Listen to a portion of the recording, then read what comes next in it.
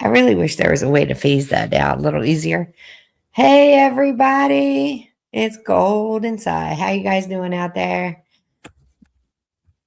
Everybody good? Cat in a birdcage. Hello and welcome. Hi, Series. everybody. And I was going to introduce you. And I have here with me my perfect co-host, Mud Rabbit. How you been? Yay, I'm on the mend. Yes, it's the real one. The real one. The real one. Yes, The it's real me. one. I've Hey, had a did you? rough holiday season.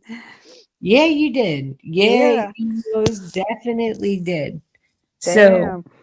did you know that there was a little rumor with the two of us going on? I heard something. You heard something. I heard something too. So, Even got a phone call just to find out. apparently, since my last couple streams, Mud Rabbit has been mending herself. Um, that people thought that we were arguing or fighting. We were not. Yeah, I left in a snit and I said I was never coming back. No, no, no. Oh, give him something to chew on. No, Why not? guys, I broke my arm on the 14th of December. So I was stuck in a cast. And then I caught norovirus and ended up in the hospital. And it wasn't just norovirus, it affected I have an issue with a valve on my heart, and it affected that, and it scared everybody except me. So I ended up in the hospital. But I'm Um, home and I'm better. I had called her about 3 or 4 times a day. Are you okay? Yeah. I You got my okay? I'm okay. I got my bubble wrap. I love it. Got my Yeah, bubble see, wrap.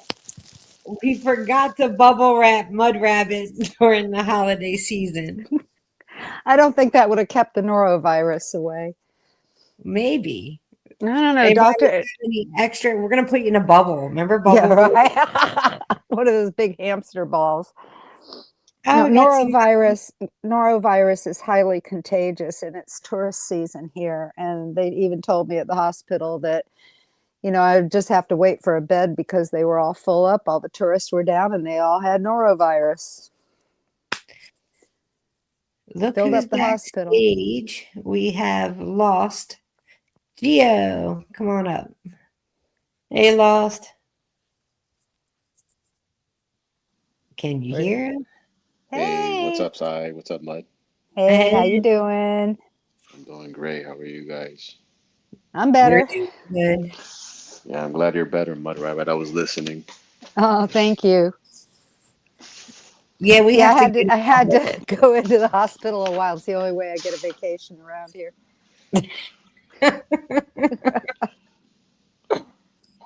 I'm sitting there talking to her. I'm like, what? What the hell? I know. I told you, stay inside. Bubble wrap yourself. When I went in with the broken arm, the radiologist just looked at me and said, "You again." Because this is not the first time I've gotten hurt since I've been here.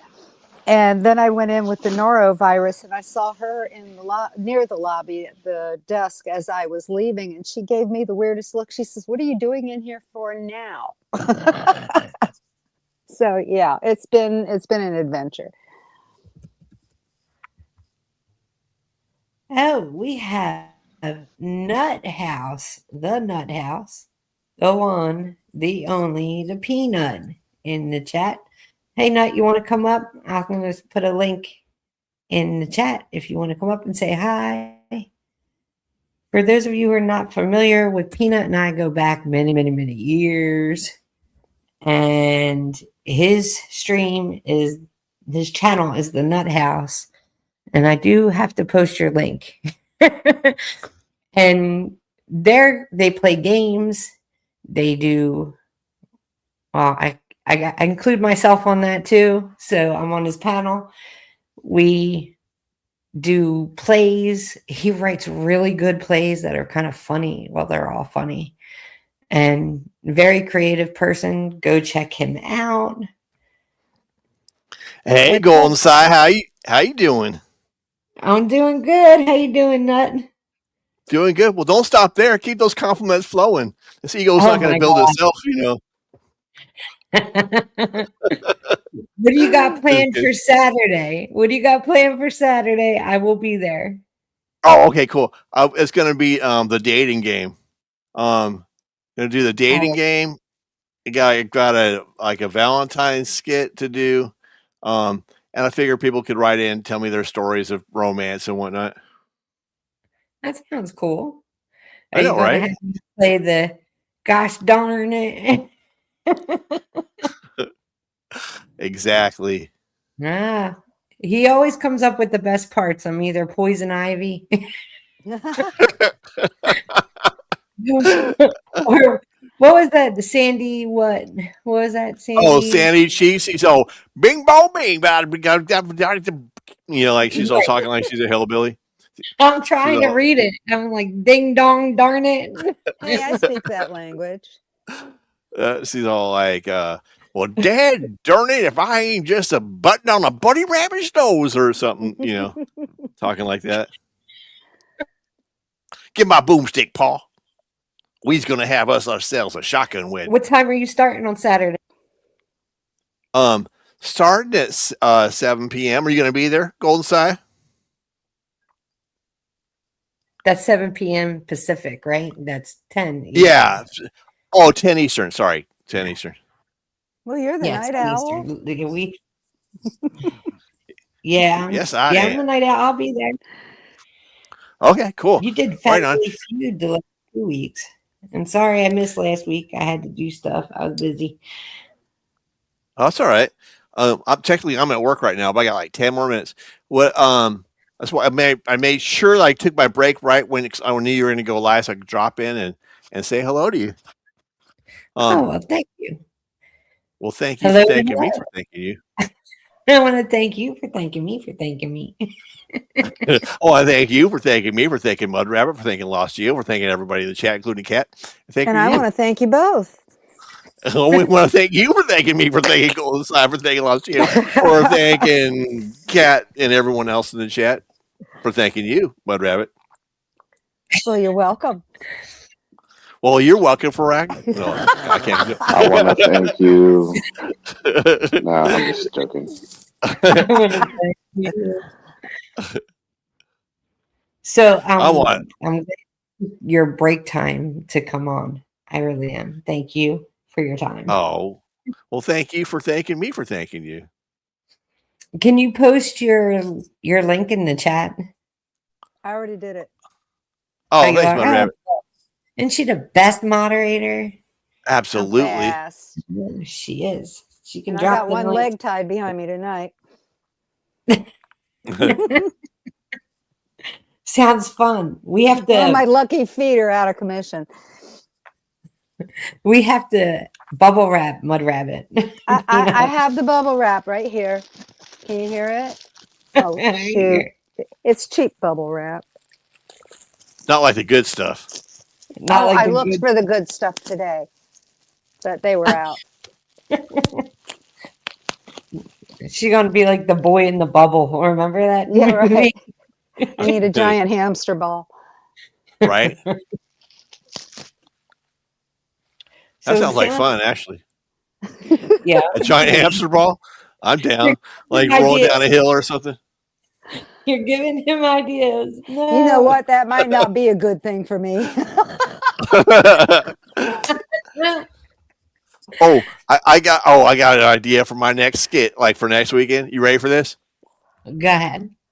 All right. It's gonna be about it's kinda hard to describe this. It won't sound funny at first, but like it's gonna be about a song serial killer. So it's like they run around like the detective find out who murdered the song, and then sometimes when people play a song and they just obliterate it where you can't even tell what it is anymore. I do that on purpose. Right? Exactly. You know what I'm talking about, Mud Rabbit. Yeah, when I go to the Exactly. grocery store, if they're playing something on over the PA system that I know the words to, I'll purposely sing the wrong words just to get people's reactions. Right? You're like strangling the hell out of like some classic song. Like, totally damn screw it. it up. Yeah, like, take that, Stairway to Heaven. Ugh, gut shot. That's one of my favorite things to do in public. Oh, hell yeah. Wait. Obliterate I'm songs in public. Uh-huh. I'm not going to play the song, am I? I don't know. That remains to be seen. Ooh, suspense. The suspense. You have a series too that you do of videos. Is that the apartment? I'm doing like Tales from the Apartments. It's like Tales I've got pretty. Oh, thanks. I'm gonna say. So I got another one coming out on this weekend, and then like I'll probably have two more, and then like change to something else. I don't want to ruin it though if I tell you about it. Then you know too much. All right. Of course. Oh, not that. Then you could, I know exactly. Then you need your What? Not that. Anything but that. Then you would like anything. You could neither confirm nor deny those allegations. Maybe if I have your permission, if I have your permission, maybe we can show one of your Tales from the Apartment on one of my streams. Oh, you don't even have to ask my permission. Just go ahead and use it wherever you want. I don't care. Okay, cool. So you heard that first here. I have his permission. If I get a copyright, it's on him. Oh, if that happened, it wouldn't be on me. I don't control that stuff. I don't think I copyright. I try to give everyone I was just going to permission. say that's on YouTube. Yeah, exactly. YouTube does some weird stuff. Like even songs I wrote, and I'm not alone on that. Like they'll give me a problem sometimes. Mhm. They'll be like, Yep. See, I'll be out. See, now it's not fun. I wanted to blame Peanut. I know. Well, then do it Dead and still dirty. blame him. Exactly. Don't let that stop you. You know, Nut. What am I going to do with you? Exactly. It remains to be seen. You put him on the front porch and display him proudly. That's what we do in the South. Display me proudly. Yes. We put Right, all of our crazy relatives on the front porch, dress them in bright colors. A crazy relative. Woman, you flatter me. Flattery will get you nowhere, Mud Rabbit. You have me crazy. We're in the South. That's how. Hold on now. Hold on now, there, little lady. I ain't crazy. I'm nuts. There's a difference. Oh, it's all in the name. Right, exactly. We got to ship them to Florida to put them on Snook's front porch. Yep. Right. Snooks is his girlfriend. In a rocking chair. That gets attention. In a rocking chair, like a dress you up in bright colors and put you in a rocking chair. It looks like a flag as they walk by. Oh, she put me in a rocking chair too. You're gonna have the rocking chair. Got to get that color moving. We'll get you the peanut suit. There you go. Peanut suit. This is a photograph. This is what I always look like. Top hat, monocle. Monocle. Exactly. I dressed up for this occasion. I was like, you know what? This is a formal occasion. So, I'm in my PJs. She dressed up too.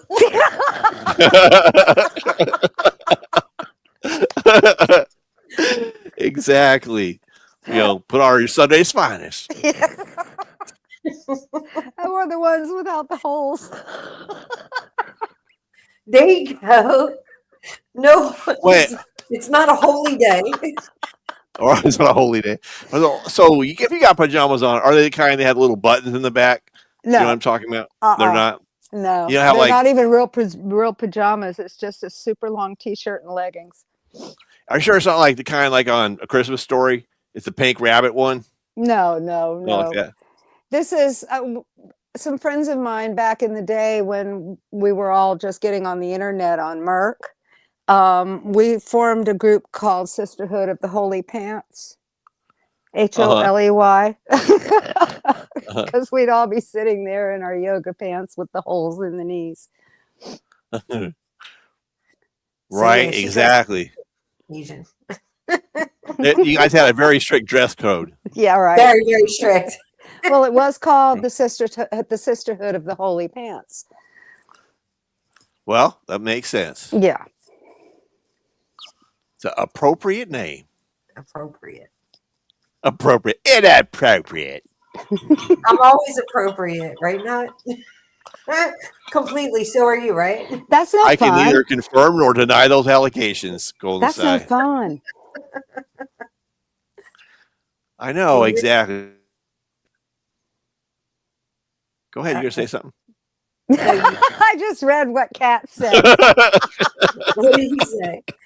He says Mud Rabbit puts That's what the baby cat chickens. says. Meow, meow, meow, meow, meow, meow, meow. This is Cat in a Birdcage in the chat. He said Mud Rabbit puts baby chickens in diapers.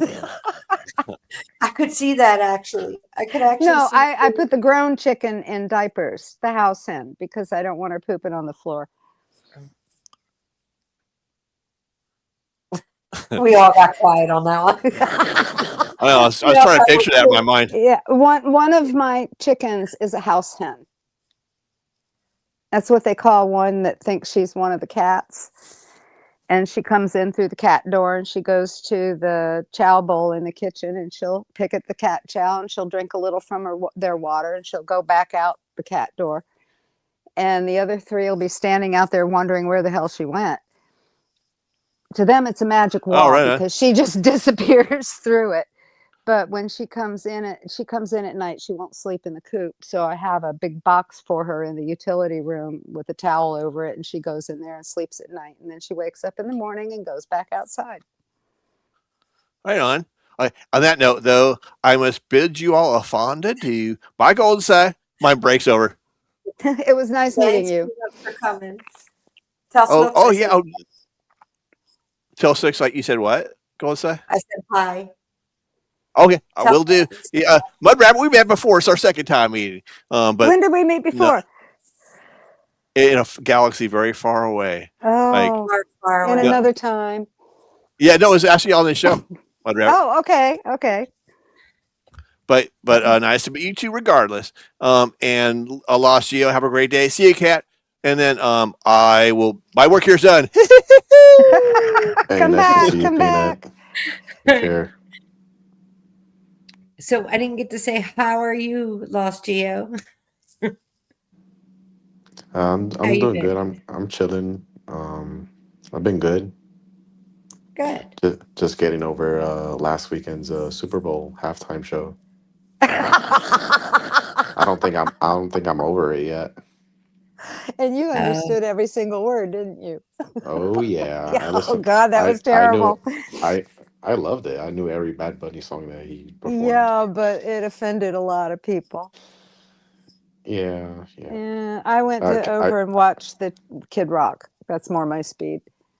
I can't believe people actually went to go watch that, like Kid Rock and the other country dude. Yeah, that's because our generation. There was multiple. It wasn't just one country dude. It was multiple. It's our generation. We don't get into the music nowadays. Yeah, I prefer that over any. I want rock and roll and country, and I think that was pretty racist what they did. I mean, they didn't even do that for Kendrick Lamar last year or any of the other previous performers. It was more a political statement. And it was just nothing but and a Judeo-Christian one. Nothing but white people. Like, have a black country folk or something. Well, there aren't that many. Yeah. Well, there was one, but there aren't that many. Darius Rucker. There's a couple. Yeah, there's Darius Rucker, and there was one back in the 70s. I can't remember his name. Yeah. Because I used to listen to him. You know, just not having someone of color on something isn't racist, No, it's not racist. It's just the genre. because there's plenty of shows that don't have white people on it. I don't know if So racist is the right word to use, but it's somewhere near racist. The fact that they no. had to like create No, another they were. show for people that didn't understand English.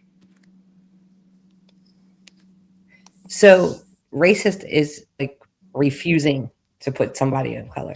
Yeah, Not yeah, having yeah. someone of What I'm color on it is not well, racist. But maybe just like if you racist isn't the watch, right word. Maybe I have to like ask ChatGPT what word I'm looking for, but it's somewhere near racist. mm, Not exactly so racist. basically, if you watch like, So if we don't like Bad Bunny and would prefer the genre that we grew up with, we're being racist. Yeah, you know what? I'm just gonna get off, guys. I'll talk to you guys later. Okay. okay, maybe a bad day, but all right. So let me explain. It's not racist just to not have somebody of color, because there are networks and other things of color that do not have white people, and that's fine. That is okay. It's not a racist thing. It's just not a thing at all. It's what people Yeah. prefer. It's their genre of movies, genre of music, genre of whatever it is, Yeah. I prefer Kid Rock over Bad Bunny. and that's I grew up fine. in Miami. I got tired of hearing music I couldn't understand. That's how I had to learn some of it. But the whole point was it wasn't something I vibed to. So I just listened to rock and roll, and it was the 70s. And we did have black artists back then. We had Jimi Hendrix. Oh my God, I was such a fan. We had the Fifth Dimension. We had, oh, and that's the whole thing. They think that because they're not in country, that it's some kind of way with the racist. It's not. It's just a mindset, really, Yeah. and it's a shame that it is that mindset, but it's just what it is. Well, just to be clear, I'm not married to a white man, so they can't accuse me. It doesn't matter if you are or you aren't. Yeah, but It's, that's what gets me is when somebody implies that I'm racist and they don't even know me. hey, Kirst, how you doing? Hey, Zero, where is he? He's in chat right now. So, There he guys, is. I gotta tell you to move on. Um, oh, Artsy asked a question. Who played at halftime? So at the halftime NFL, it was somebody called Bad Bunny, and uh, Turning Point USA put on a halftime show as well, and it was Gilbert. I think it was. It wasn't Dirk Brentley. Was it Dirk? I don't know. It was Brentley Gilbert, Kid Rock, the one country female singer. She was really good. I'm not really good with their names, Well, to be but the songs were honest, very familiar. If you look it yeah, up at Turning Point USA.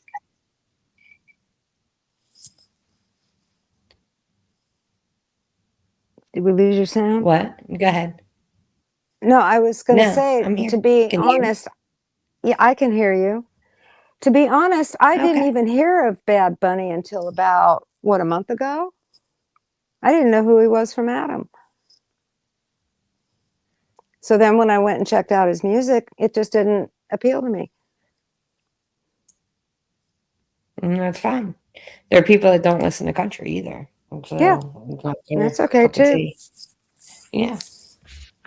I prefer 90s country over newer country as Yeah, I well. do too. So we all have our own what we like and what we don't like, and that's fine. That's okay. Well, to be Yeah. honest, again, I'm going to be 70. I don't vibe with the music these days. I'm sorry. I'm an old hippie. That's okay. You can be all and that's the music these days. I feel like my grandparents when they used to say, I don't understand kids these days. Well, yeah, I don't understand the music these days. I really don't. Hi, the real world. How are you doing? He says, I miss the 1900s. Yes, I miss the 1900s too. Very, very, Yeah, very. this pre-electric, that was a blast. Yeah, I go back to the 1900s definitely. Skip some things in the 1900s, but I'd go back to the 1900s. But I met the real world. I think I met you last night, right? At Bonnie's. And he does gardening, and we were talking about gardening and canning over there. So I'll have to find her channel and post it in here too. I think some of you guys would really like that canning stuff and Yeah, preserving canning's fun. food, survival stuff and all that types of stuff. But I have to tell you, those Mandela people, I got something for you. So I found a video that it's a teacher. I think he's a high school teacher. And he said that he's been teaching his students for years that the Earth exists on Orion. However, he looking into it more, he does say we're on Sagittarius's right arm. The Earth is on Sagittarius's right arm. And the spot that we are in is the Orion Spur. So I wanted to play that for you guys. Just check it out. Give me a minute to bring it up after these messages. All right. And it's not a real long video, so it shouldn't take that long. I think it's like 6 minutes, but I figure it was something cool and different. Can you guys see that? Yeah. So let's see what he's got to say. I discovered something that I've been incorrectly teaching students for a while, so I wanted to correct the error. And it all started when I was reading the prose and not the poetry of John Milton. This is the guy who wrote Paradise Lost. And on this page, I found a cool sentence. This part, this is a lecture that he gave called the Prolusions, and it says it's about learning and ignorance. So he's drawing an analogy here, or between the human intellect shining above the other mental faculties as their lord and governor. It controls and illuminates the will itself. Otherwise, the will would be blind and in darkness. For like the moon, it shines with another's light. Okay? I was thinking about that, and I thought, okay, so what he's referring to is that the moon is bright in the night sky, but it's really reflecting the light of the sun. And I knew, Earth doesn't generate any light.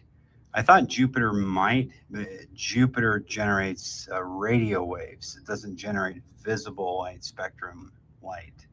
So if the sun just flipped off like a circuit breaker, we would not see light from Jupiter, which is, I thought we would, but I was wrong about that too. But anyway, got me thinking about the whole galaxy and how when you look south, at least from North Texas, or Texas, really anywhere, you look due south in the morning, certain times of year, you're looking directly at Sagittarius and Scorpio.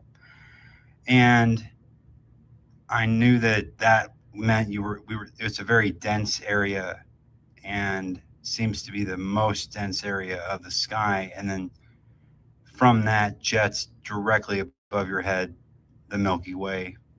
So I'm like, what are we looking at here? Well, what you're looking at is the Sagittarius arm of the Milky Way. You're looking in from here at this arm. This is the Sagittarius arm, indicated by Greek sigma, lowercase sigma. And then there's an arm inner to that called, this arm here is referred to by two names. This is the near 3 kiloparsec arm, the far kiloparsec arm, but it's inner to Sagittarius. So from here, you're looking through two arms toward the center of the galaxy. And I thought we were on our own arm called the Orion arm. That's not quite true. We are on a branch of the Sagittarius arm called the Orion spur. Okay. So just to correct that error, I've been telling students for 6 years that you live on the Orion arm of the Milky Way. It's not quite accurate. You live on the Orion spur of the Sagittarius arm of the Milky Way. And just if you're curious, beyond where you are, here, this is the Greek letter phi. It's spelled like phi. Okay. And that represents the Perseus arm. It's another megastructure. Okay. And outer to that is Omicron, referring to the outer arm, or the outer ring, sorry. So there's these rings, right?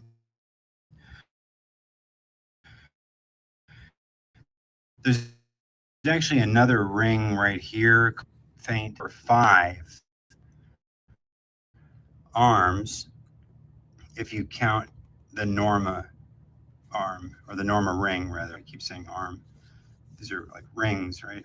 But they're spiraling out. All of them start and emanate from the center. And so there you are. If you look south, Texas anyway, certain arm or ring, whatever. And then you're looking at the near 3 kiloparsec ring or arm. And then Norma, if you want to count Norma. And then you're at the inner galaxy here, which is like a supermassive black hole.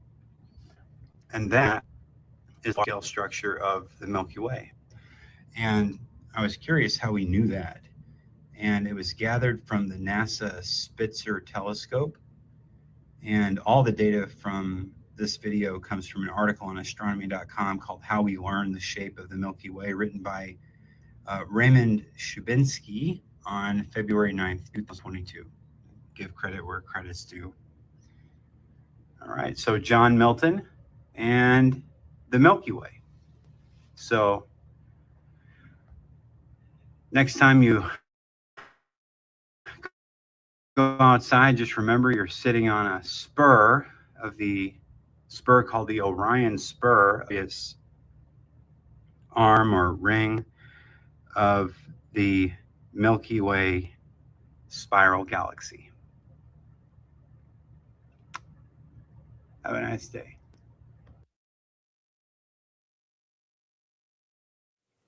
Hey guys, how you doing?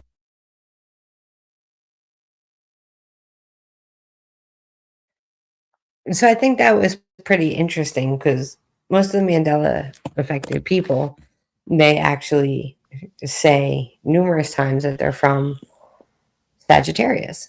Their Earth was placed on Sagittarius. When they were younger, that's what they've learned. That's what they knew. And then all of a sudden, when the Mandela effect happened, it was, we're not on Sagittarius, we're on Orion. Now it's saying that we're still on Sagittarius, but that little piece that we're on is called Orion spur. So I don't know if this is a mixture of two realities coming into one or what's going on with it.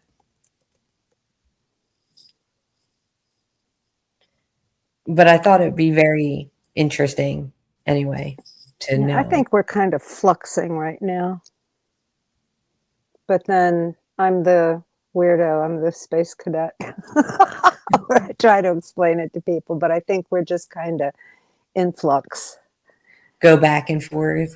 Yeah, and a lot of strange happenings. And I think that flux is what causes things like the Mandela. Not just the Mandela and not all Mandelas, but I think it's responsible for a big part of it.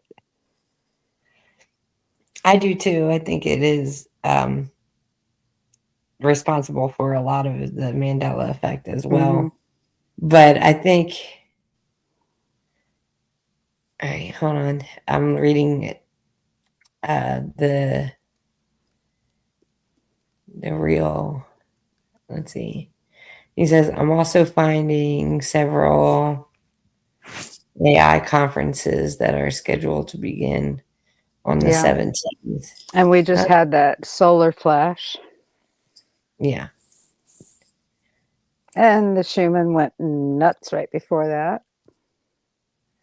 I've never seen it do that. And a lot of people have said the same thing. Oh, and I think it was a few days before that, there was 2 black bars vertically across coming down. And that was another thing we hadn't seen before either. Really? Yeah. Hey guys, can you see us live on YouTube? Just making sure. I see you on YouTube. I see us. Hello, us. Hello, us. Hi, me. Cut us off or anything. But it's kind of like the difference between like Sagittarius and Orion is so big. It's a big difference when people that are Mandela affected talk about being on Sagittarius, and the people behaviors of people on Sagittarius versus people on Orion is huge difference. But hey, it's saying we still are on Sagittarius's right arm. So hopefully that's good news to I was some going to people. say, maybe that's a good thing. Yeah, maybe that's a good thing. Maybe we just got to And- calibrate everything. And maybe we weren't there last year True. because of this flux. And maybe we kind of ended up there now because of one of these fluxes. That was the first thing that came to my True. mind when you showed that to me. Had you ever heard of being, I mean, I know you've probably heard of it, but Of was what? that a thing when you were growing up that you grew up on where the earth was positioned on Sagittarius? No, we didn't get into A different thing for you. Yeah, we got into astronomy. I got into astronomy. So a lot of these comparisons aren't foreign to me, and a lot of them line up between the two. But I'm focused in a slightly different direction. Okay. No, I mean when you were younger, like we grew up in school learning that we were in the Milky Way galaxy on Sagittarius's right arm. Oh yeah, we learned stuff like that in science class. Like that. Oh, I'm Yeah, sorry. but as far as astrology had went, we didn't do anything about astrology. Yeah, so But did you no, learn? I had never heard anything like this before. This is all news to me. What he said in the video. But it makes sense. Okay. I mean, from what It you does. tell me, It kind of does to me. Go ahead. I'm sorry. I mean, compared to what you taught me about, having been in Sagittarius and now being in Orion with people from Orion, and then to see this, it's like little puzzle pieces going together for me. Yeah, I agree. Yeah. Neil deGrasse Tyson is a paid shill. That's what Series Syndicate was saying. Neil deGrasse said we were on Sagittarius and he'd never lie to us. He's a shill.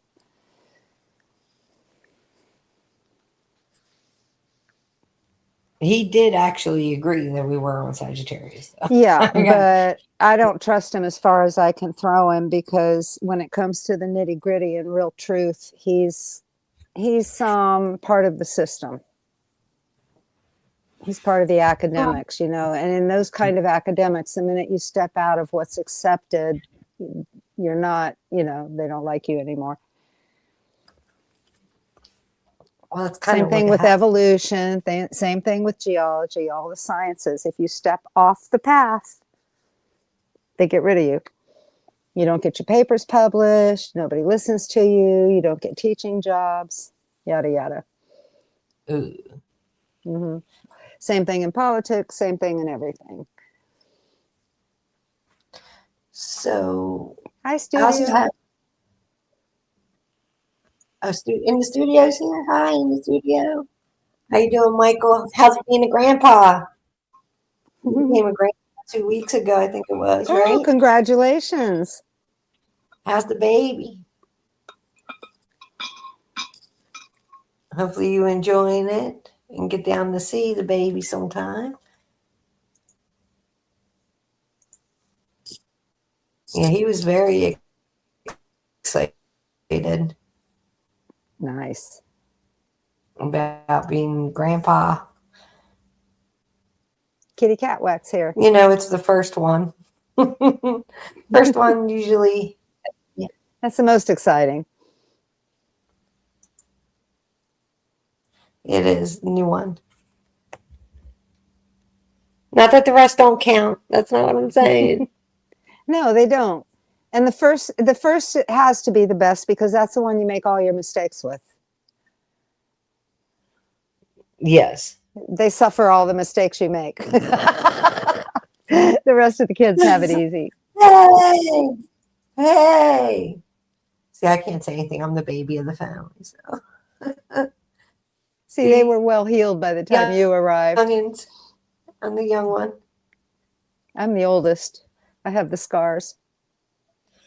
I was a completely different generation than they were. So I got the whole, I don't know what to do with this kid.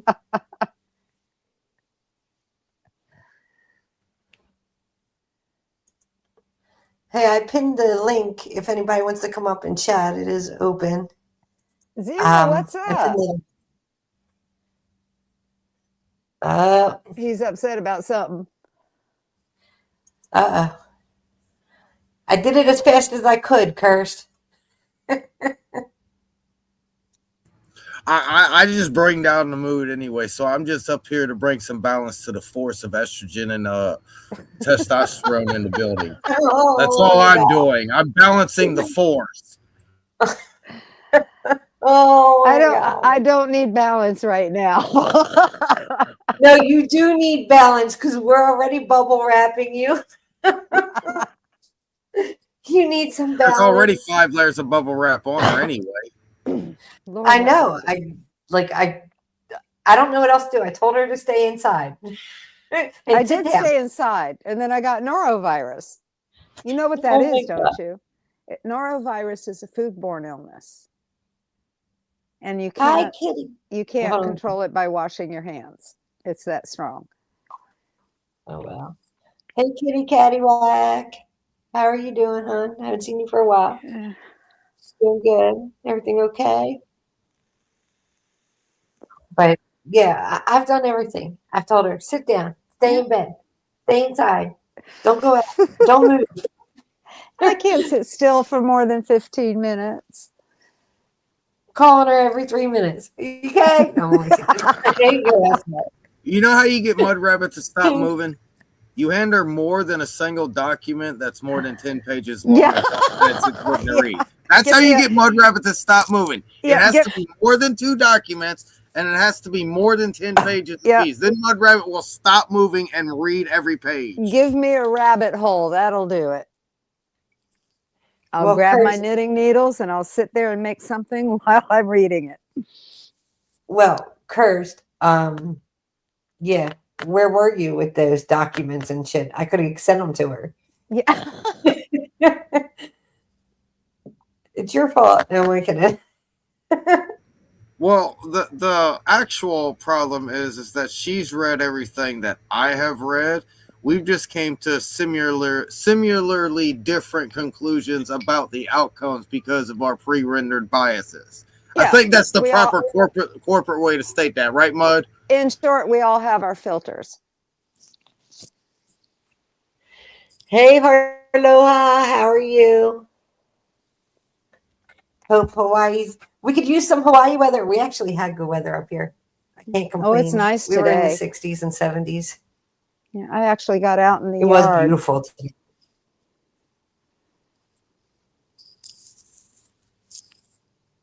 Is it still cold up there? We got out. See, going outside again. No, Well, I actually, it have was to. like around 60, 60 or 70. Yeah, it was about that here today. Kirsten, was it cold up there? It's still cold here. You know it's cold up here on the crust, and now it's just freezing. It's like, what the hell, man? Where are you? You know I'm in Norfolk. Oh, okay. Yeah, you know I'm in VA. I couldn't remember. Cold. It got warm for like a day and a half, and then it just got back down to under 30 all the damn time. And it's like, stop it. Stop it. I hate having central air and a heater on all at the same time. It's stupid. And then suddenly the back of your eyeballs are sweating, and it's like, okay, I'll go outside to smoke a cigarette. Can't even stand outside for 3 minutes because it's so daggone cold. Yeah, right? I'm glad I came back to Florida. I couldn't handle it.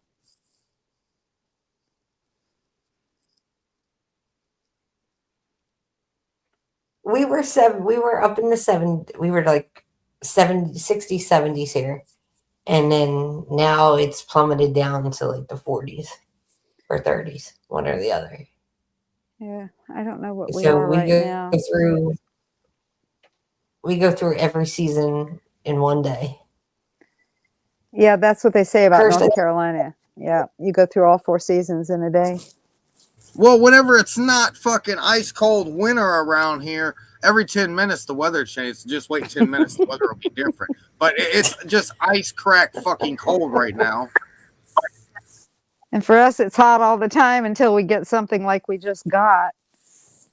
Yeah, I heard about the raining frozen iguanas. I was like, what the hell? Yeah, they can't take it below 46 degrees, and we got down to 27, which was unusual for Florida. It was wait, hold on. Like, raining frozen iguanas.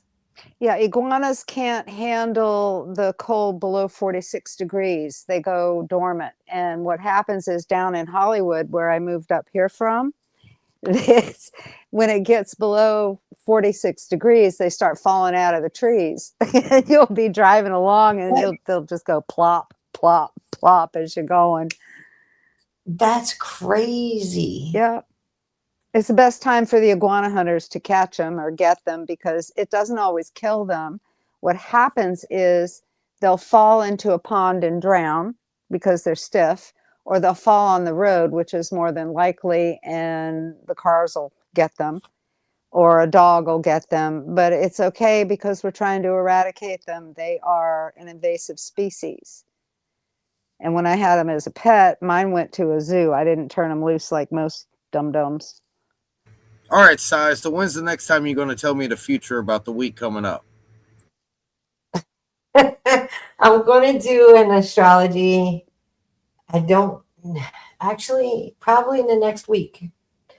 I'm going to do an astrology stream within the next week. Maybe even Sunday. I don't know. So it's a surprise. You've been pretty vague, but all of them are pretty vague anyway. But it's been pretty much exactly what the hell you've said. Well, thank you. Coming from you, that's a compliment. Even though I went in that direction, and it's like, yeah, it'll work better if you do it this way, and it'll be better, quote, if you do it this way. Yeah, and pretty much, yeah. It's pretty much what you said. Well, Kirst, what can I say? That is a compliment. It's a huge compliment coming from you. Mhm. So I appreciate that very, very much. I try hard. So Yeah, it's just the whole everybody, point that if you do it, it works. If you take the time to do what is required, things work the way that they're supposed to work. And it's none of this stuff about CERN did that or we're in another reality because of this and that. No, it's our personal perceptions that we are all collapsing at once to make our understanding become what it is. Because that's all that we legitimately are. We're something that's going through ensuring that some kind of outcome is perceived. Because if there's no outcome that is perceived, all outcomes occur. yep, I What agree. about a certain percentage of the collective conscious focusing on a certain outcome? That's exactly what I'm talking about, Mud Mhm. Rabbit. That's exactly what I mean. You It's control the outcome as happening. long as you know what's going to occur. As long as what you want to occur is close enough aligned with the reality you're within, you Right. can go to that reality and slowly curve your way out of the infinite finite curve that I talked about before on this Yeah, channel. you carve yourself your own little paradise within the chaos, in other words, because you still have to deal with the collective conscious, but you can also make your own little world. That's what home's all about. But people tend to forget that, and they look at their home as, something else, like Yeah, it's taken just me a a long building. time to understand. I have to build home. Home isn't something that I've lost. I have to create it. Right, exactly. And it's not necessarily the traditional home you're thinking of. It's where you plan to plant yourself for a while. And when you finally find that place, then you start focusing on your little area and what makes you happy and what makes you content and prepared, et cetera, et Exactly. cetera. The Yeah, very foundation of everything. Quantum yeah, superlocation. right. And Where, once you where get, where is your perception? Where is the center of your reality, which is your perception, going to be for a finite amount of time instead of bouncing around back and forth? well, you have, in order to stay focused within the collective consciousness, you have to be focused within your own. And you can't be focused within your own if you're scattered and not anchored and not coordinated Or and worried about what other organized. people think about you. Let's make sure we throw this in there real quick because that's a lot of What? Hold on. society's Give me a problems now. minute. One second. Kirst, 1 second. Mud, 1 second. Can everybody just take the time, please, to like, share, subscribe if you're not subscribed, and ring the bell because you never know when I'm going on. Queen of pop-ups. And Yep. I probably will do an astrology either Sunday or possibly Tuesday. Is that more specific for you, Kirst? Huh? Catalina, there's this thing called nose blind, where those that actually smoke things can't legitimately smell them as well as those who don't. Oh, nose blind. See that's the thing here, Si. I'm not trying to pick on you or anything, but even though it's kind of funny, there are things in science that we definitively know without a shadow of a doubt. And yes, I have to agree. There are things in science that we either A, have no idea what the hell we're talking about, or B, we have some clue, but we have no finite answers. We have no exact answers. Or Ah, we have some answers and we have no proof. yes. Well, Or we have personal proof, which we have anecdotal proof instead of actual. No. You have actual proof, both personal and collective. But that's what I'm stating as well. We can't physically, tangibly prove that the multiverse exists, but through our anecdotal knowledge of the lives that each of us have separately existed within, we can prove that there's more than a singular reality running. If you're gonna pinpoint a specific topic or subject, yeah, that's getting a little more difficult. But there are things that I thought we have were talking about happened. reality here. Yeah, there are things that have happened to people, both personally and as a collective, that there is no dispute. You can't explain But it. there's still no physical, tangible evidence of the multiverse, but there's plenty of anecdotal knowledge that there's more than a singular reality existing at a time. That can apply to any topic. Kirst, layman's terms. once these two get started, y'all, I don't know if I can stop them. Go ahead. I don't know how to exactly say Mandela effect without actually pointing out that half of the people that even think the Mandela effect exists still think that it's the other half misremembering. Just to be gracious as well as conservative with the numbers. Half of the people that acknowledge the Mandela event as a thing actually thinks that it's the other half are misremembering, which breaks it down there further to point out the fact that the only knowledge that we have of a multiverse existing is the anecdotal knowledge of things that are not supposed to scientifically change have physically changed. Right. Now throw portals into that mix. Which is really fun because we start talking about pocket dimensions. Yeah, well, no, I'm saying throw NPCs into that mix, and now it gets harder to explain. Which is the whole other part of the population that doesn't even think the Mandela effect even has a relevance to anything. They don't think a lot of things has any relevance. They just care what's the price of eggs and who's going to boink me Right, this afternoon. right, but you can't That's literally blame them. all they think about. You can't blame them because they're only working on the lower 3 energy centers. You can't blame a first grader for not knowing trigonometry. You can't blame me for not knowing trigonometry. You see what I'm saying? I know trigonometry. Oh, there you go. You do, but I don't. But you can't blame a person for not knowing these things when those energy centers necessary for them to understand them aren't working yet. But you can look at them and try to hand them the knowledge, and them refusing is just okay. If the knowledge, it's there. If the knowledge is no, it's not. If the knowledge is the electrical cord, their plugs ain't working. That's what I'm saying. Those energy centers necessary for them to understand these concepts don't exist. And that's legitimately where a lot of us are right now. I think we're actually trapped between the point of unclogging something to work. You can't unclog them. You can't unclog them. They are not going to, ascend. They're not ready yet. That's the thing. We are ascended. Some of us are ascended. Some will, some won't. And we don't know. There's a lot of us that are still asleep. We don't even know. We don't Huh? even know that we're capable of it. We only hope we are. Exactly. We don't even know that we're physically capable of it. We're only told that some guy 2,000 some odd years ago did it once out of anybody who's ever existed. Right. But the whole point is some people are capable of understanding the concept and accepting that there are things you cannot prove. And then there are other people that just don't believe anything you can't prove. Right. And you're not going to change them, period, because they don't have the capacity. And then again, a lot of them people that you can't prove anything walk around with horse blinders on. And yeah, but what are you going to do? Hold on a second. Hold on. At the same time, there are people who will believe certain things that can't be proven. And people who it goes to their filter, their ethos. Yeah. It goes to their ethos. It goes back to personal bias. This is correct. The things that were instilled in you whenever you were younger and you grew up with thinking that these were morally correct things to do. Let's put it this way. If you grew up knowing what moral character and integrity were and understanding it, then you had no problem.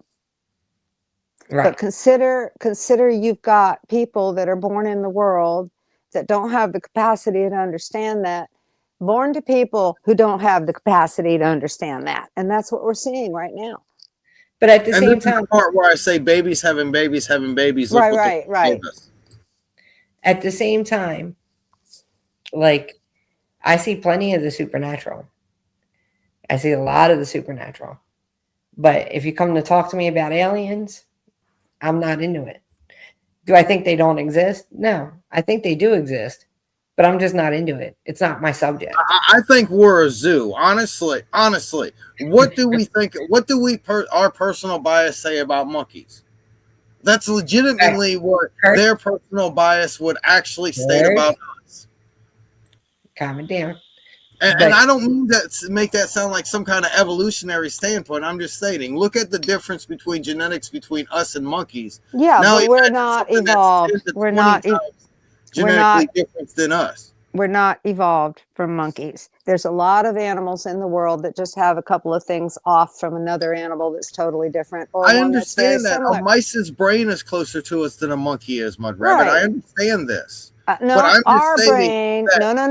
No. Our brain has a reptilian center. Something that has traveled from another star system is legitimately going to look at us like we are ants. Is the point I'm trying to make. That's your observation. That's your observation. They're going to pass us by. We're nowhere near technologically advanced enough to become a blip on their consciousness, so to speak. So that's where I fall into the category of anything that comes outside of this solar system has to be an extra dimensional being. If we don't actually know what their technology is, we don't know that. Exactly. So we can't say one way or the other. What we can do is theorize, right? And I think that's kind of what you're doing. Unless they have massively long lifespans, I'll tell you, they have to be transdimensional beings because they have to be able to traverse time and space at an accelerated rate. I'll tell you what Stephen Greer recently said. And then he got, somebody saw him at a fan saw him coming home from an airport while he was waiting for the taxi and asked him a few questions. And he said, about 95% of the stuff we see in our skies that we can't explain are ours. That's our stuff up there. Those aren't UFOs. Which I agree with that statement. That they're only UFOs in the fact that we can't identify them, but they're ours. 70 to 95% of the quote stories that we hear about UFOs and UAPs are actually secret military projects that we don't know about. Exactly. Now, like I've stated, 70 to 95%. There are still some unknown things that have been encountered before. But they're not going to be messing with our flux. They're not going to be messing with our destiny. They're not going to be messing with where this planet goes. The channeled information we got from the CASs was that they're here to observe and watch what happens. Exactly, the zoo hypothesis. They're here to learn. No, they're not interfering with us. They're not interacting with us because we're not up to prime directive, so to speak, which is planetary peace. Right, they're not interacting with us. They're just watching us. They're just watching. That's all. This is a spectator sport for them, but we're undergoing our own thing. I do want to bring it back. I do have a video to show. It's more of the Mandela Effects, switching reality type thing. So there's this guy, and he has a very interesting story about a piece of bread. I've actually had something similar like this happen to me. When something disappears, reappears, or just disappears and somebody else has it, or I get somebody else's something as far as different objects. And that's what I was talking about earlier about not being able to control your personal perception of where you are because you're jumping to different realities at an instant where you can actually control when and where you jump most of the time, besides the big ones that happen to everybody. Go ahead. Okay. So I want to play this video from Sean, and I think it was done several years ago, and let's see what he has to say about his piece of bread.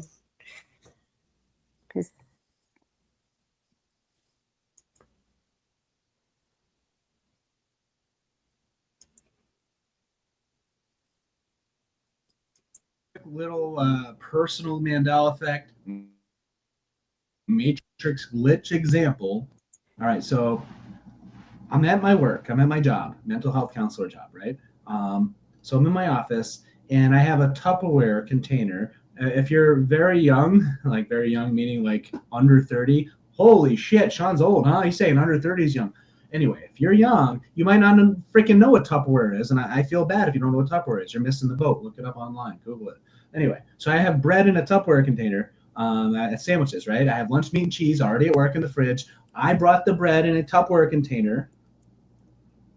And yes, so anyway, I ate some sandwiches. I had one slice left, one slice of bread, whatever. Can't make sandwiches with that. I could, but I didn't make any sandwiches with the one slice. I just left it. The next day I come to work, all right? I have other food I'm eating, whatever. I did have one slice of bread left, so I decided, it was like an hour before lunch, I'm hungry. I'm going to make a half a sandwich. So I take out of the Tupperware, think of a shape of a cube. It's, hold on, I might even have it. This.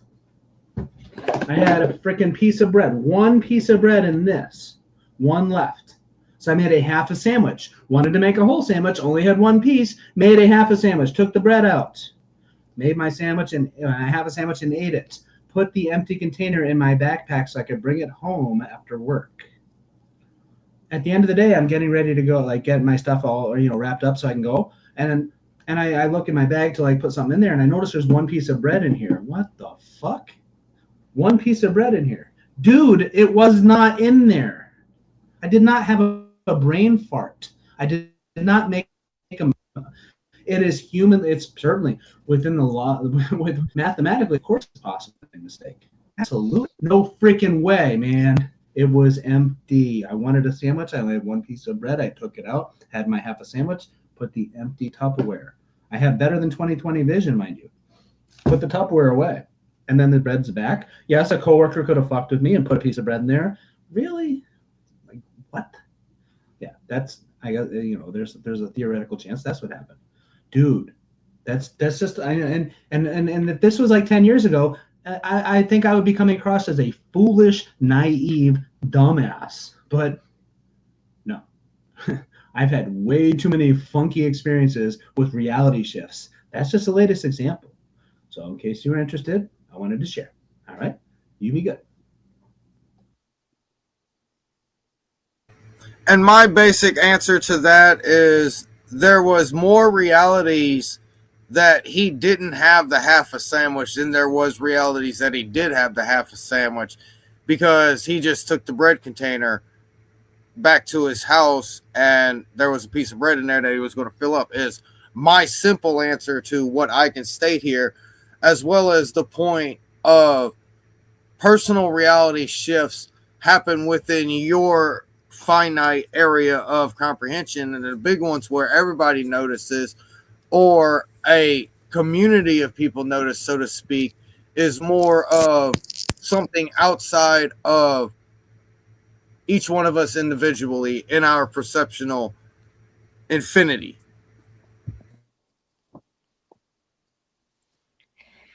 Well, like I said, I've actually had similar things happen. Like I exchanged cheese with somebody that lived 5 states away from me.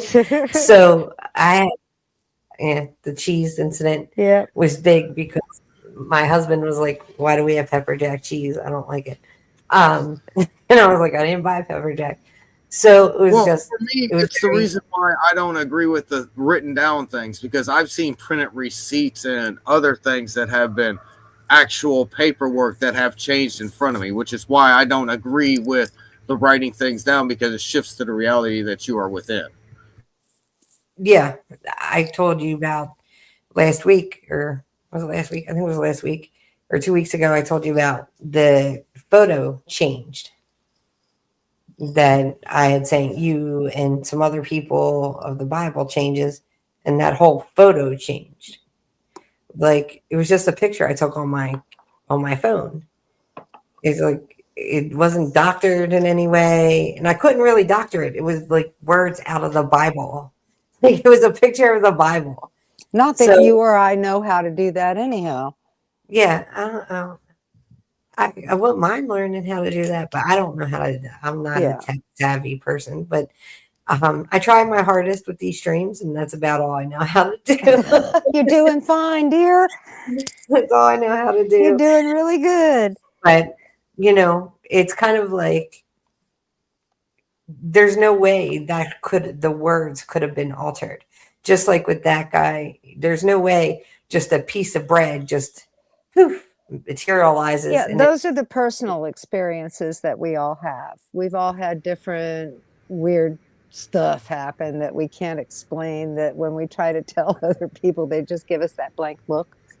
Honestly, Yeah. I'm sitting Yeah. here waiting for the next quote jump back because ever since right before Renee Good, etc., happened, we went on a shift, and usually there's a shift back, or so to speak, We've another been going shift back and after they've forth for done the last everything that they've done. Yeah, exactly. That's what for I'm the saying. last 12 Every time years. they set up, some kind of activity to go on, we're in the quote bad place. This And is the war.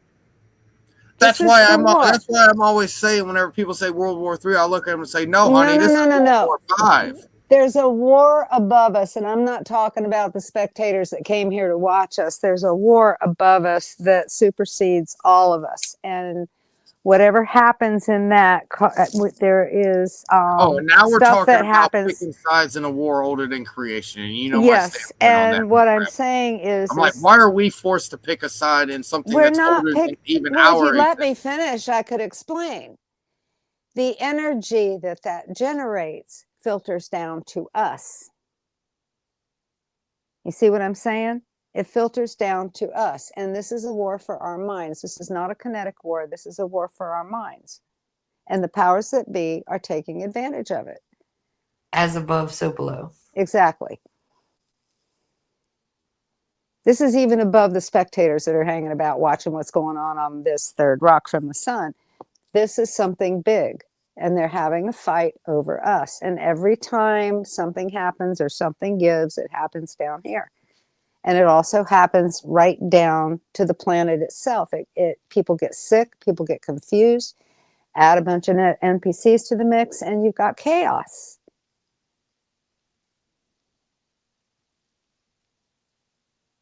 This is the problem that people have accepting it. It's here. It's the collective reality. We're not getting away from it. There's no sense in trying to explain it to somebody else because we're all witnessing it firsthand. This is the Great Awakening.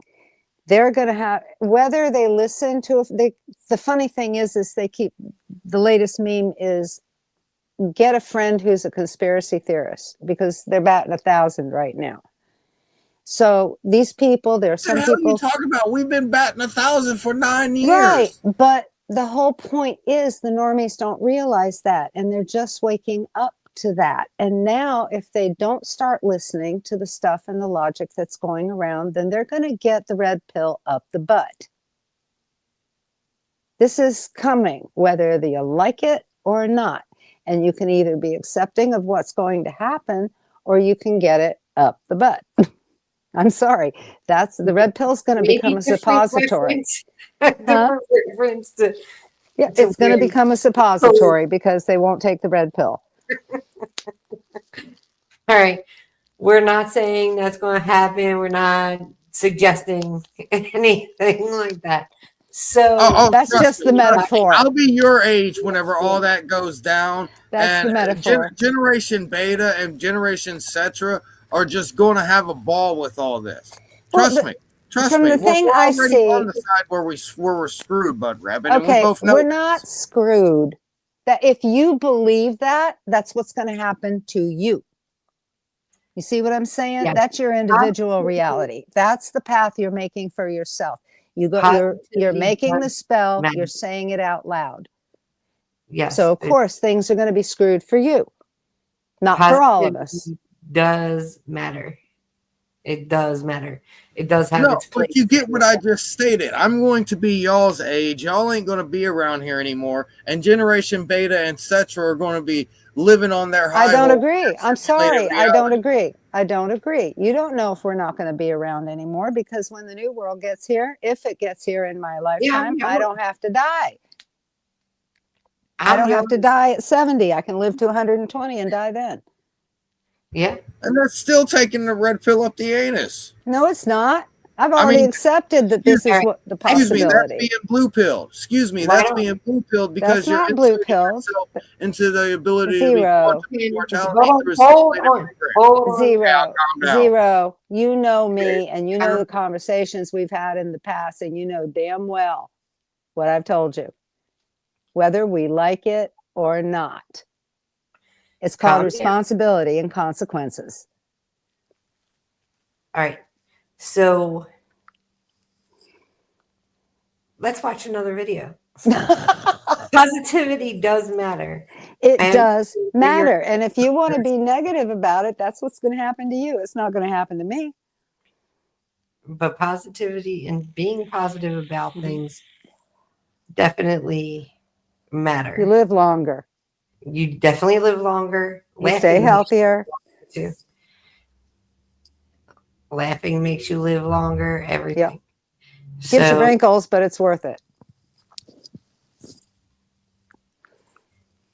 Let's watch a little Telos. I do have Telos.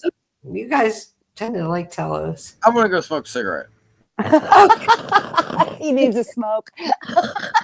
Well, you know, I take the speaker with me so I can hear. I just can't reply. I won't be I able love to you, speak. Zero. As long as you see Hulk, I can't talk. We can always agree to disagree, right? Yeah. But I'm a strong proponent of thinking positively and building your sanctuary and making your home the place that you're the most comfortable, because it helps you deal with the outside world and it helps you project that. Absolutely. You should not have any drama, chaos, whatever in your home. And if you do have it in your home, at least Fix pick it. a room where you don't have it. Pick a room where you can go to and escape. Go fix it. Yes. Because that's all intrusive thoughts anyway. Yes, I agree. All right, I have Telos, and Telos is, like I said, some of you guys really have told me you like it. But it's why people acting weird. And I think that's actually the name of the stream. So let's see. Yeah, people act weird now. Let me get it up there. I do have it at 1.25. So can you guys see it okay? Yep. All right.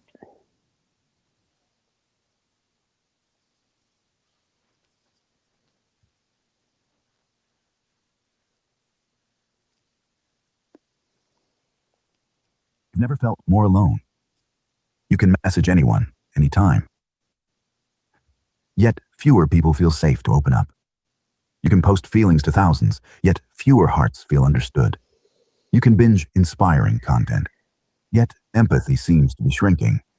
So what changed in the air around us? What is cooling love at this scale? Hold that question. Here's the simple, hard truth. Love cools when the heart loses heat. And 3 things are pulling heat out of hearts right now. 1. Boundary breaking becomes normal. When truth gets foggy and anything goes, trust breaks. No trust equals self-protection. Too much self-protection turns into indifference. Scripture nod. Because lawlessness will increase, the love of many will grow cold. Matthew 24:12. 2. Fear is constant background noise. When you're in fight, flight, freeze, news alerts, money worries, outrage feeds, your body says, not safe. Love tightens to survive. Scripture nod. Perfect love drives out fear. 1 John 4:18. Fear and love fight for the same space. 3. Counterfeits replace the real thing. Attention gets mistaken for affection, flattery for care, performance for presence. It looks warm, but it doesn't nourish. Plain speak, cotton candy looks big, but it melts in a second. The good news inside the diagnosis. Cold love isn't dead love. It's love that pulled back to protect itself. With safety, truth, and presence, warmth can return. So how do you stay warm in a cold world without becoming a doormat or going numb? How do you stay open and kind and keep wise boundaries? Is there to tend to every day? There is. Only rhythm I use. But first, I have written little ebooks that go deeper into this. Just $2.99, like a coffee. Many here already read them, and that support is what keeps these videos coming. Links in the description. I'm going to speak from the heart about why the love of many has grown cold, and how it actually feels when you're awake to it. You hold the door. The person walks through without eye contact. You drive carefully. Another driver rages like you stole their day. You offer a gentle opinion online. It turns into a pile-on. In your own family, people seem touchier, quicker to assume the worst. If you're awake, your chest knows before your brain. Something's off. Ephesians 6:12 says our real struggle isn't against flesh and blood. In plain words, the person in front of you isn't the enemy. There are deeper pressures pushing on everyone. Discernment is noticing that pressure and not taking every jab personally. Jesus also said, be wise as serpents and innocent as doves. Matthew 10:16. In today's language, be sharp, be kind. Both. A few voices that help me stay steady. C.S. Lewis. Love is a steady wish for the loved person's ultimate good. Translation. Real love wants what truly helps you, whether or not it gets likes. Martin Luther King Jr. Hate cannot drive out hate. Only love can do that. Translation. The cold can't melt the cold. Warmth must show up. Viktor Frankl. When we are no longer able to change a situation, we are challenged to change ourselves. Translation. I can't fix the whole world. I can become a warmer person. Hurry is the great enemy of spiritual life in our day. Translation. Rushing slowly freezes love. Slowness is warmth. These aren't fancy lines. They're handrails. The WARM plan. Simple daily rhythm. Think of your heart like a small campfire. Do these 4 things every day. W. Watch your inputs. Limit outrage and doom scrolling. Curate your feed the way you curate your food. What you consume becomes your inner weather. A. Anchor your body. I wanted to stop it right there because I think that is a really important point.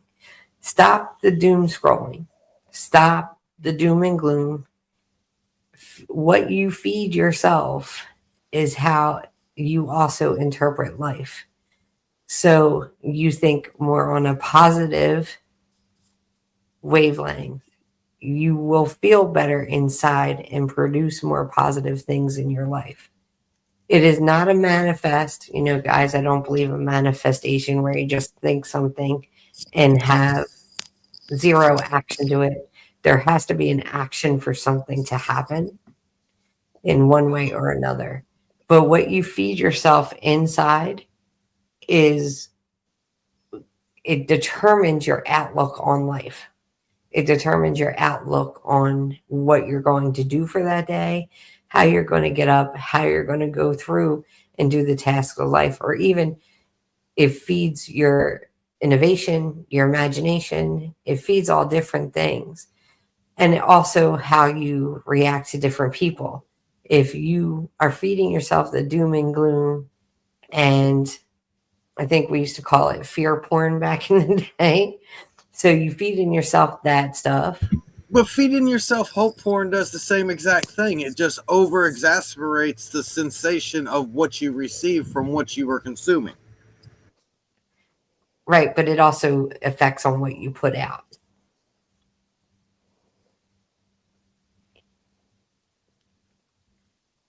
What goes around comes around.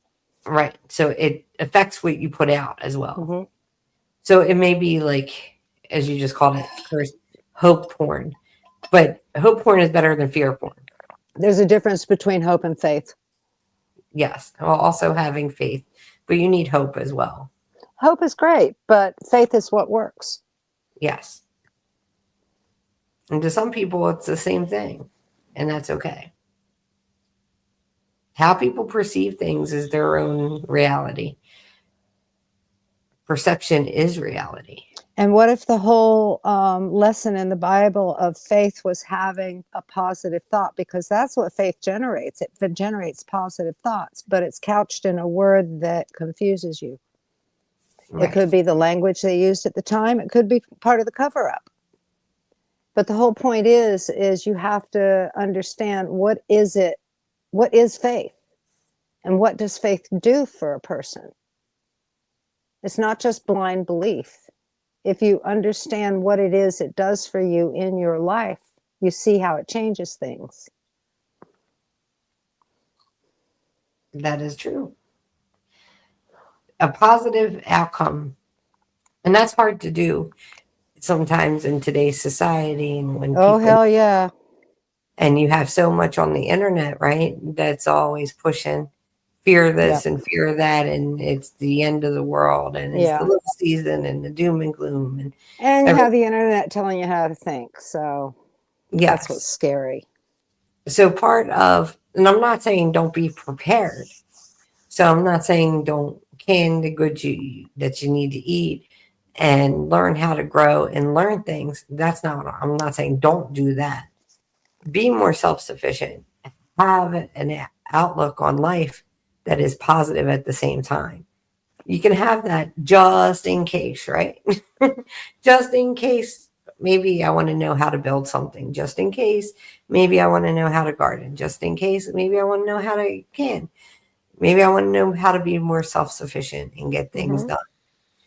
But it doesn't mean you have to be like, oh, the world's tumbling down. Yeah. And then by the time you're 50, you'll have all of that mastered and you'll be happy in your little realm because you can take care of things yourself.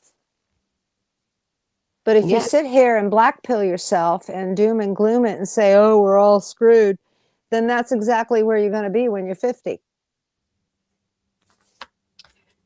That's a loop. Cat when's the age of Aquarius? There's never an age of Aquarius. There's never an age of any zodiac sign. It was a song. It was just a song. It was a song by the Fifth Dimension. It was a good song. Yeah, I loved it. Yeah. It was a very hit. hippie. It was top 10. What was it? Was it done in the 60s? Yeah. It was Jesus Christ Superstar. If you ever saw that movie.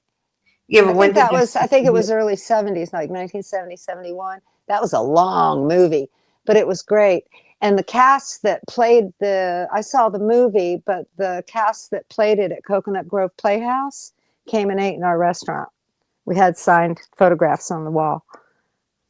Heather McRae was in that cast. Oh, well, it's kind of like when it comes to astrology, not astronomy. They're two different things. Yeah. So when it comes to astrology, they're all equal and they all give certain traits. None is better. Personalities. Yes. And also on how energies, how we feel, how we react to things. That's why I said I'll either do an astrology update for either Sunday or Tuesday. I also might add that Age of Aquarius thing came in the 1960s with the hippie movement and the all this space cadet type stuff in the 60s. Everything that we're going through right now, we went through in the 60s. It's just now it's worse. But people are believing in all these different weird things and they're not really looking at what's happening around them or what's happening in their own minds. You know, they're out there tripping out on psychedelics. They were doing all these things back in the 60s. You know, what did they call it? Turning in something and tuning out, turning on and tuning out. And Andy Warhol was a big part of that whole scene and the psychedelics and the music and all this. So yeah, CIA didn't succeed that time. They're doing it again now. All right, let's get back to Telos.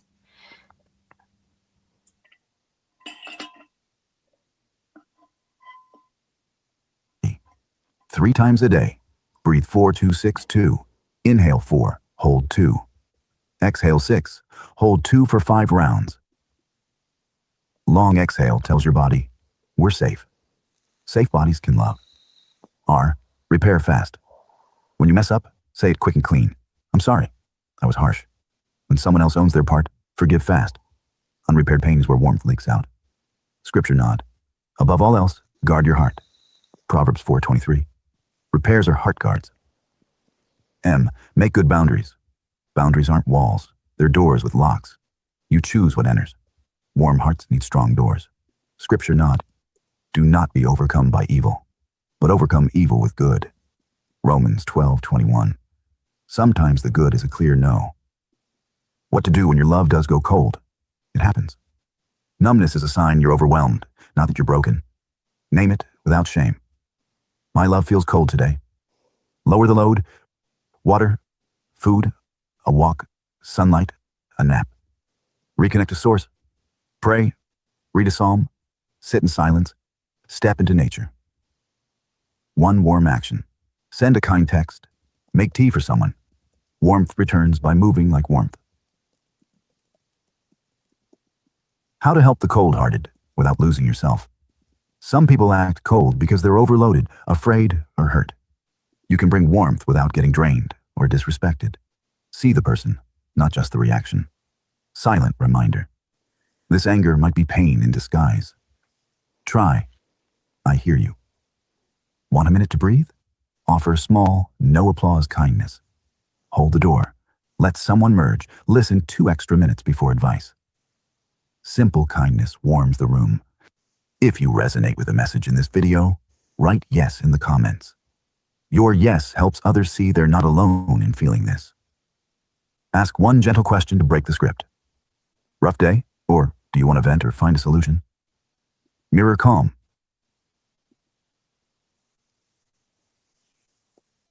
This is what I talk about in one of my videos that I did, where you don't just impact yourself, but you impact others around you. So sometimes just saying, how are you? What are you, how's your day just going? smiling. Or just smiling. Yeah. Yeah. For those Or wear who, a funny t-shirt. Yeah. Crack a joke. Yep. Some positive energy. Help an old lady reach something on a top shelf. Yep. It does actually help and can help people with their day. It helps you more than it helps them, actually, and it helps you more than you realize. All right, let me get back to the video. I really like. People borrow your nervous system. Slow voice, softer face, relaxed shoulders. I want to understand. I'm listening. Invite repair. Don't chase it. That got messy. Can we try again? If not, let's take a break and talk later. Keep a good boundary. Warm heart. Strong door. I care about you, and I won't stay if I'm insulted. If patterns repeat, step back. Let and release. Pray for them, wish them well, then let go. Enemies. Bless those who... If someone is abusive or threatening, stay in home. Pocket lines. Want to vent or solve? Let's pause and try again later. I'm wishing you peace tonight. Why this matters now? The bigger story. There are 2 stories growing at once. Loud on fear and self-affirmation, and a warm one built on truth. You need a tended flame. Think of someone whose simple kindness changed your day or your life. They weren't flawless. They were warm. Keep your fire. Tie back to the start. Yes, love is cooling in many places. But the colder the room, the brighter a small light looks. Have you felt this chill too? Out there and sometimes inside you? If this helped keep your love warm, click on thumbs up. It helps this reach.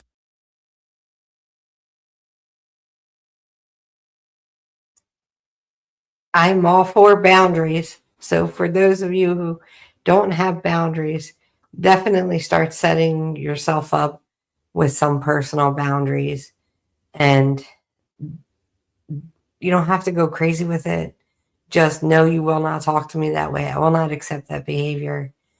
That kind of thing. Personal boundaries are a good thing, and it keeps the harshness away. It also helps you protect yourself in every which way possible. What do you guys think? That only works if the other person actually accepts your terms, and then it goes back to the point of whether or not you continuously allow this person in your life. I agree. I agree. Some people need not be, if that makes sense. Well, I don't have transactional. If I notice that a relationship is transactional, that's it. I'm out. Explain what you mean by transactional. Some people only do things for other people because they expect the other people to do something back for them, and vice versa. So it's like a never-ending feed and drain and feed and drain, of a relationship. If I want to do something nice for somebody and I have the energy to do it and I know somebody needs it, I'll do it. I don't have to be asked and I don't have to be thanked. And by the same token, when somebody helps me, I thank them and I'm gracious about it, but I don't want to feel obligated to have to do something back. You see what I mean? So those relationships that you have with people where you don't feel that tug, you don't have a transactional relationship, you're more comfortable. I'm more comfortable. Okay.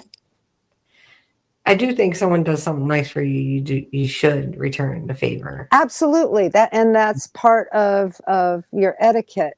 But there are certain people in your life that you'll find out that you do one nice thing for them and all of a sudden they're asking you to do more and do more and do more. And when you need them, they do very little.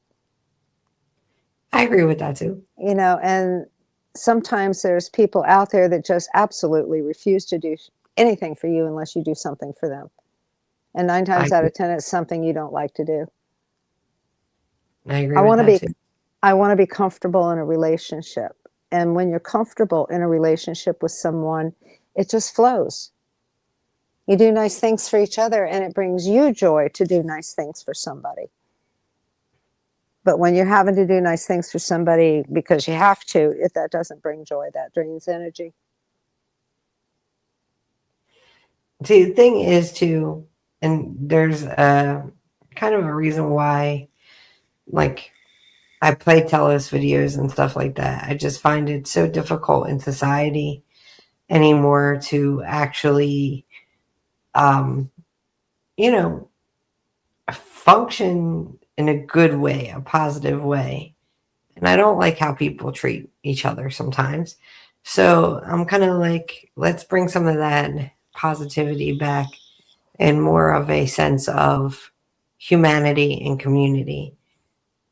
Yeah, the only way we can do it is by just being nice to people and being courteous. Right. And I don't think there's some people out there that know how to be without letting their guard down. That's why small suggestions of different things actually make a difference. And I truly believe that. And I think that's what some people that are from Sagittarius, where the earth was positioned, actually miss. I think we miss that. We miss that, and some people have become so stone cold faced and everything else and just don't know, like, just the kind gesture makes a big difference. Right. But sometimes I think coming from what I do, it's I already know where they're coming from, whether they know it or not. I'll walk past people and I can tell when they're in pain. I can tell when they're sad. I can tell, and I don't feel it. I just know it. And I still do it anyway. You don't know, just because they don't react and they don't say thank you because you held a door for them, it doesn't matter to me. It really doesn't matter to me. The only thing that matters to me is I hope that I made some little sunshine in their day. Because later on they'll think about it and it'll make them feel better.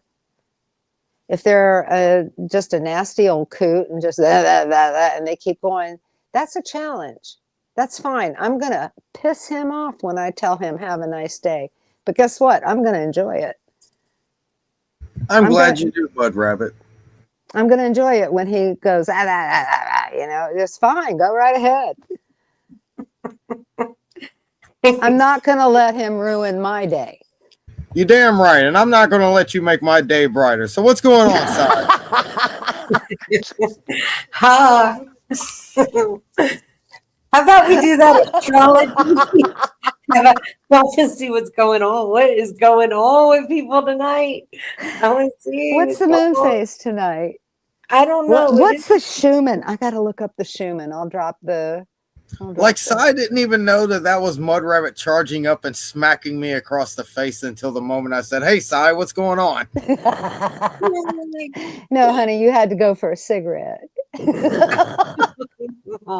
Before I got slapped, because I saw her starting to take off the gloves. Sai don't even know what's going on until it just happens, and she's like, "What just happened?" It's friendly banter for those who are just coming in. Your energy levels are up tonight. Friendly banter. Yeah. We can do friendly banter. Yeah, and agree to disagree. We're passionate. Zero's a passionate individual. I'm passionate. So when we get together, there's sparks. But I gotta say, you two do respect each other. I know that. I love Zero. Are you kidding me? I talked to you both personally. Mud Rabbit found out a long damn time ago that in order to get my respect, you have to disrespect me, and that's the only way that it's going to work around these parts. Around these parts. Oh my God, it sounds, the way you said that. Around here, these parts. Around here, these parts. That's actually a character I played in one of Peanuts' plays. Around here, and I was like, okay. I really think you guys should check out the Nut House, though. I know cursing may not be your thing, but hey, it may put a smile on your face a little bit, just a little bit. It's very fun and friendly, kind of chill atmosphere. And I'll be on it. Let's see. I'm looking at the live frequency chart. I was looking for it. Okay. Yeah, I got one of those like certain community Mandela effects. If anybody didn't notice, it's kind of like the Pokemon Onyx thing. Where in A Link to the Past, Zelda: A Link to the Past, there's an item that you get after you beat the first palace, and you turn in the pendant for it. And it was called the Pegasus Boots. Now it's called the Pegasus Shoes.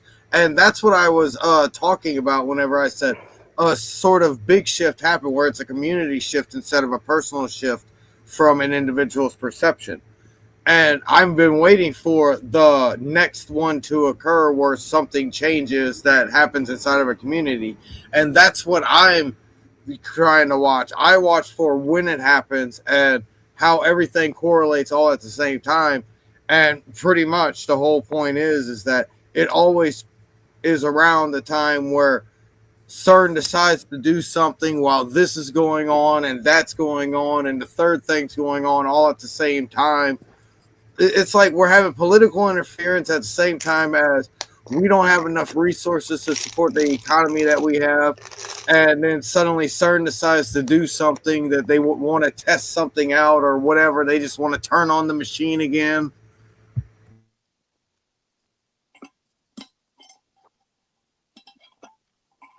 All right.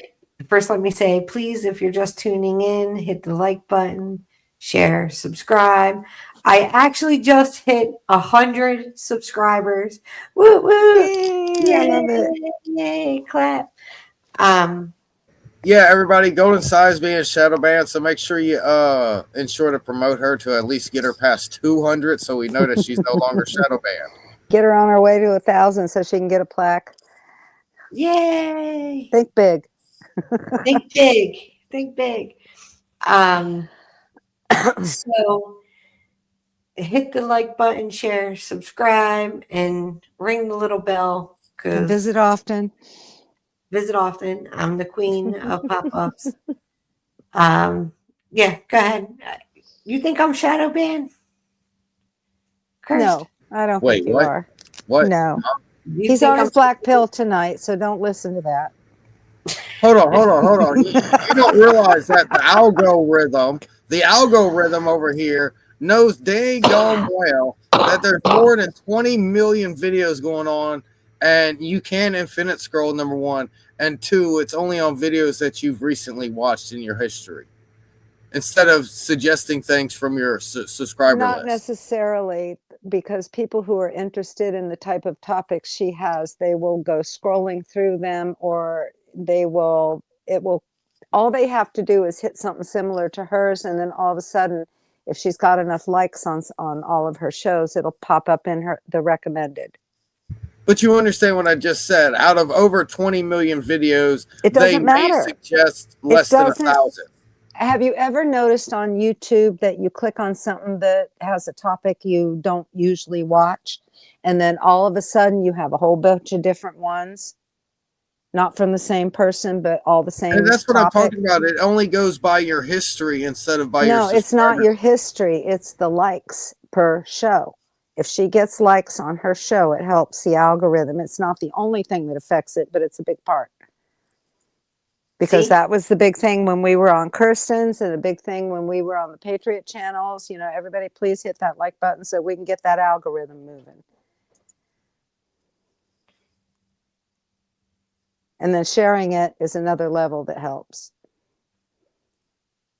And what will happen is if one person clicks on something having to do with horoscopes, or anything having to do with astrology, or some of the things we talk about that's in her description, it might shove one of hers into the recommended. Because I get some I picked up a girl who's only had like, I think she just reached 150, and she does tarot.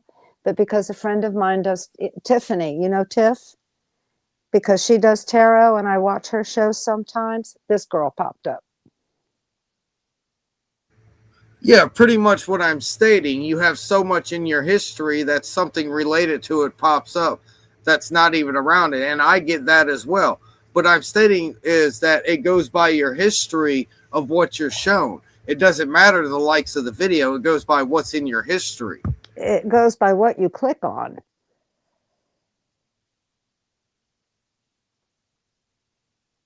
History doesn't say anything. We're agreeing. We're saying different words, but everything if you click on your something, history. If you remove the video from your history, similar things no longer show up. You're making the same point. He's just using different verbiage than you.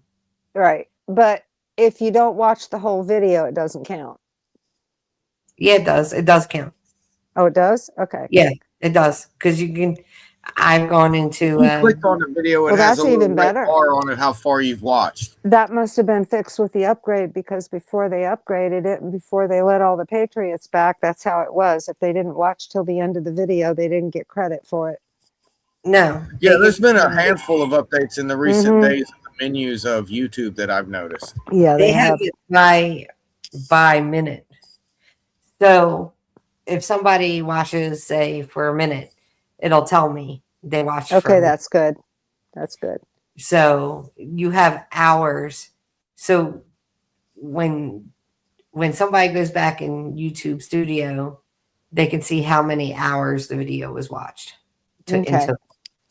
Yeah, they couldn't do that before, like 10 years ago. They couldn't do that. Oh yeah, it had to change. Yeah. And I did notice that there are some like people that are coming that are back that I used to subscribe to, but there was nothing from them for the past several years. One is the Titanic page, which I do want to post. I want to post all the pages I go to in the community section in case any of you guys are interested. Like I watched the Titanic one. He is a Titanic researcher. For those who are interested in the Titanic, he does a lot. Okay, you said it enough for me to come out and say it's actually the Olympian. Yeah, I know. That's not my point. My point is not to break it down, but my point is if you want to know what the Senate... Oh, are we supposed to say spoiler alert, final boss arriving? The witnesses of the Titanic, the ones who lived and had to testify to the Senate, he has their he does testimony. videos. and it has their testimonies in it. Yeah. So, Cool. yeah, I think it's cool, regardless of whether you think it's the Olympian or Titanic, It's still whatever. history. It's still, these are people that experienced it, they lived through it, and they're telling the story of it. So we all watched the Right. night. This is the story of who, not what. I understand. They're going through their experiences. They're going through their experience. I think it's really cool. Yeah, like I said, the story of who, not what. Exactly. The story of who, not what. So it's really cool because it has the questions that were asked of the Senate. And there were 2 inquiries done. One was from the United States Senate and then Parliament in England as well. So he has gone through all of them, and he's posting little by little all these testimonies and stuff. So he has several of them out there in his videos. I do think he needs to organize it a little bit and have the testimonies on just one tab. But if you look through it and it says testimony or witness to the Titanic, most likely it's a witness. And he does a fantastic job on the video. So I've been subscribed to him for over 10 years now. I haven't seen anything come out in the last several years. I'd say the last practically 7-8 years. And now all of a sudden his stuff's coming up for me. So I have seen a change in that. Nice. And I don't know why they would want to hide that, but they did. So go check. Anytime you come close to the truth when they're trying to censor it, that happens. And when Susan was I can't say her last name, Wozinski was in charge of YouTube, it was really bad. The censorship was really bad. So now, before I get out of here, I'll ask if y'all have watched the History of Time Travel yet, or recommend it again to y'all if y'all haven't watched it. Because, like I state, the main cool thing that goes on is while the documentary is playing, it literally, the background shifts, the way people portray themselves shifts. While you're going through the story, there's actually a video that plays during different parts of it that are actually different, so to speak, where you are during when you're going through the history of time travel, so to speak. It's quite a nod to the Mandela Effect, so to speak, without saying the word Mandela Effect at all during the entire movie.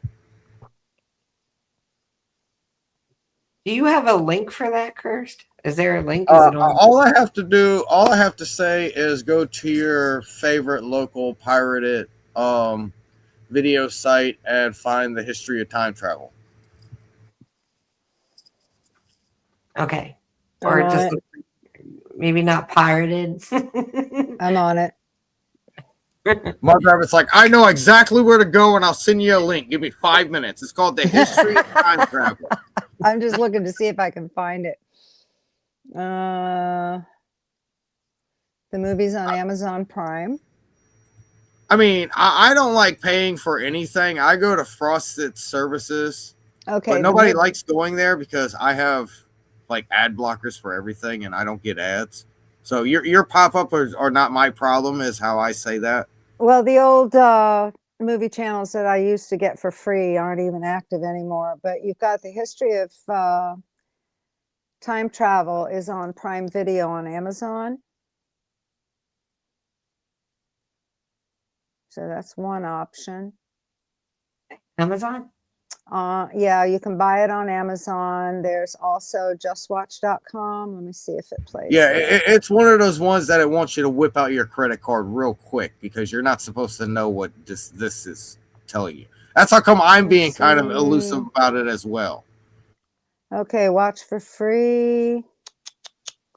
History of Time Travel is not available for free, but you do have a notify button, and that's on justwatch.com. Okay.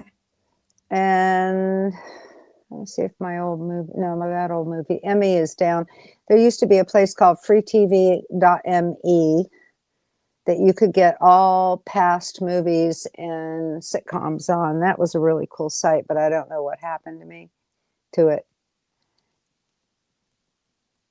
I'm going to see if they got another. Okay, nope, they don't have the domain anymore. Let me try Emmy.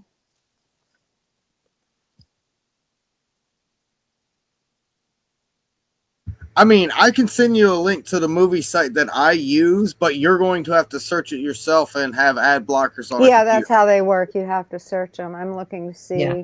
Because I can't exactly send you a link to the video anymore. I can only send you a link to the website because it doesn't reload the web page anymore, but it shows you the videos on the website. You just have to look for it yourself. Yeah. Okay. That's fine. You know, we just know it's the history of time travel, correct? Yeah, the history of time travel. I think I've heard of it before. I'm just saying, my first time watching this, I was blown away.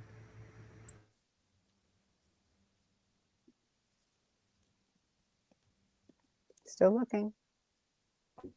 Ooh, okay, we're gonna get that. It's like Mud Rabbit can relate from things that you read in documents and remember, and then suddenly you find like one little bitty crumb in a documentary that's a frogmentary, like a fraudmentary. You get my point? It's like, it's not really a documentary. It's just in the format of a documentary. Mm-hmm. Yeah. Now, for me, I was reading books. They didn't want, well, when I was with the Cassiopeians, they didn't want us, the stuff they wanted us to read wasn't online. So we had all these books to read. But when I was with the other people, everything was online. Vimeo has it. If you have Vimeo. Vimeo? Vimeo, Vimeo. Oh. Yeah, it's a app. And you've got, what is it? Look Movie 2. Well, we'll definitely have to. Yeah. We'll There's check. also lookmovie2.to. Let's see. All right. In the chat, I'm going to post the Titanic YouTube. And this is the movie. But yeah, I guess I'm going to get out of here. See y'all later. Have a good night. Yep. Thanks for coming up. Yep. So, yeah, I think it's really like some of the things about time travel is interesting, and some of them are like, okay, you know, and like it's kind of use discernment with everything. Yeah. Well, yeah, absolutely everything. So, go ahead. Are you looking? You're still looking for it? I'm looking on the Roku channel now to see if you can find it on there for anybody that has Roku. I don't know. Like I have Amazon, so I'll have to check Amazon for it because It's on Prime Video. It is on Prime? It's on Prime Video, yeah. Okay. I am going to, let's see. I'm going to switch to my headset. So if you could just hold for a minute. Mud, you got this for a minute? Yeah, I do. All right.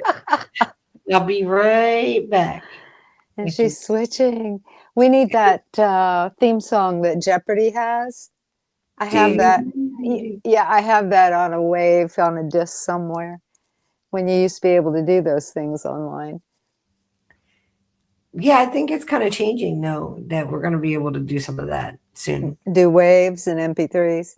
Yeah, I think eventually, we're going to be able to do that. The waves are short sound bites, and we use, God, I've got a whole CD full of them. And we used to just shoot those through the chats, and anybody that had the wave on their saved to file, they could hear what it was we were throwing into channel.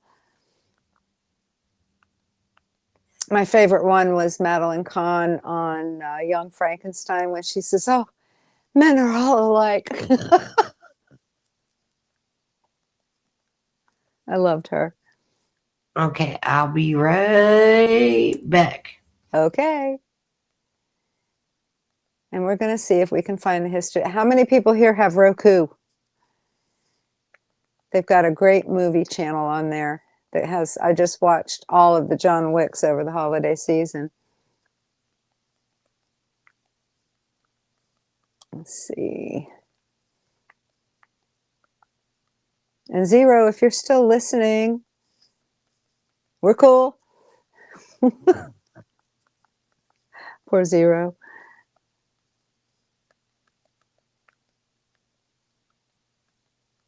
And she's looking for her headset.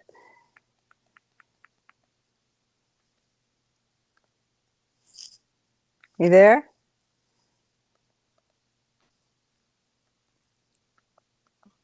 I was fixing my audio. There you go. Hopefully this doesn't bounce you out, but if it does, come back in. Okie doke. Let's see. Okay, how do I hit enter? No, they don't have it on Roku. No. Oh, wait. A brief history of time travel. Here it is. There you go. It's on Roku. So anybody that has Roku can watch it for free.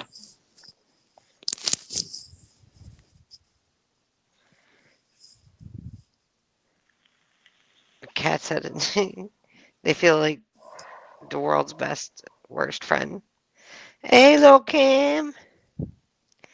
How are you doing? Dude, Little Cam's been live. Oh, man. Little Cam found everything. Look at that. For days. Your thing's been live for like practically a week, dude. What, his show? Yeah, he's been live. He's just... I've checked on it several times. Are you doing an experiment, Little Cam? Because that thing has been live for days.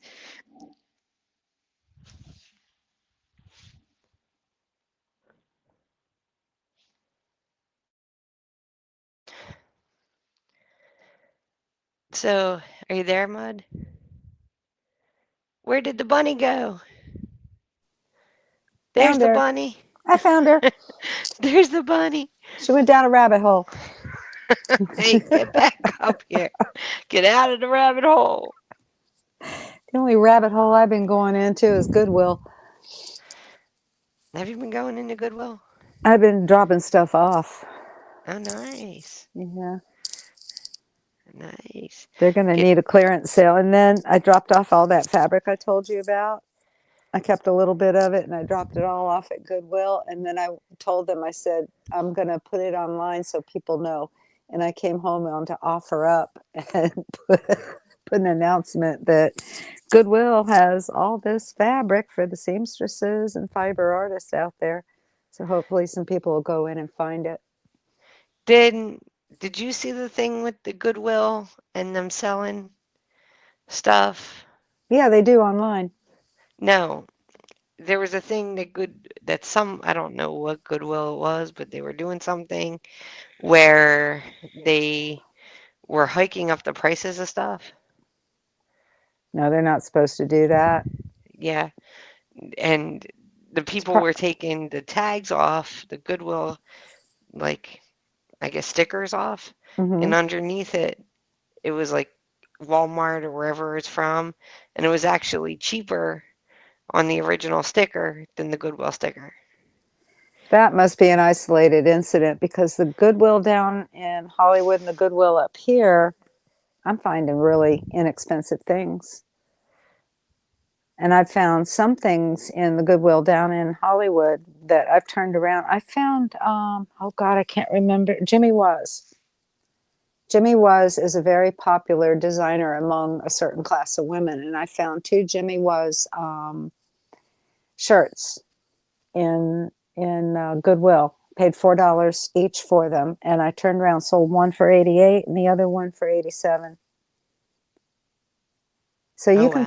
can find things in, if you know your labels, you can find things in Goodwill that you can throw up on eBay and just really make some money. Well, there was I don't know, there were several of them, the Goodwills, that were changing the tags on the bottom. I saw several videos on it, Yeah, they're not supposed to and be doing that. That's probably an isolated incident. or multiple isolated incidents, Mm, but it was just interesting because that's nuts. it was nuts. It was like, I'm like, See, nah. Goodwill has a pricing system, and every Goodwill store I've been in, I've seen the pricing system. You know those plastic tags that hold price tags on? You know, they Yeah, usually have a gun that'll shoot it through the label. They yeah. will put that, like on blouses and dresses, on the neck of the label, and it'll be a certain color. So you know how much, and you can ask at the front desk how much, things are if there's no price tag on it. And normally they'll put the price on the label. They'll write it right on, like $4, $5 on the dress label. But the tag is just the little plastic strip, and depending on the color it is, that's the price of the garment. Oh, wow. Yeah. At least the Goodwills I've been to in Florida, we've got one on Taft Street out there in Hollywood, the big one. Then we've got the one that was close to my house in Dania, and then we've got the one up here, and they're all the same pricing system. So it might be Florida, might be the Southeast, I don't know.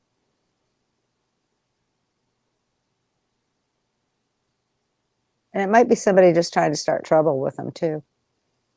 Could be, but it's been Yeah. I've seen a lot of different people do it, Yeah. where they're in Goodwill and they're like, look, and they take the tag off, and the price is actually cheaper under the Goodwill tag than Okay, what Goodwill. that I think I can explain, because I have bought things from Goodwill that still had the sale tag on it from whatever shop it came from. And they're not looking at the right thing. They're looking at the old price tag that's still on the garment. They're not looking at that plastic thing on the neck. What happens is, because I worked at Talbot's, what happens is when we turn these things over for resale, we would send our stuff to TJ Maxx. But Goodwill leaves the tags on. And I know this because I make dresses with t-shirts and skirts. And I bought skirts from Goodwill before that still had the store tag on it. And it's a sales tag with another sticker over it. They don't take those tags off. Why don't they take those tags off if they're not the sale? That It's a doesn't make sale sense. point. You can see how much the dress was originally, and it tells you that the dress is still brand new and unworn.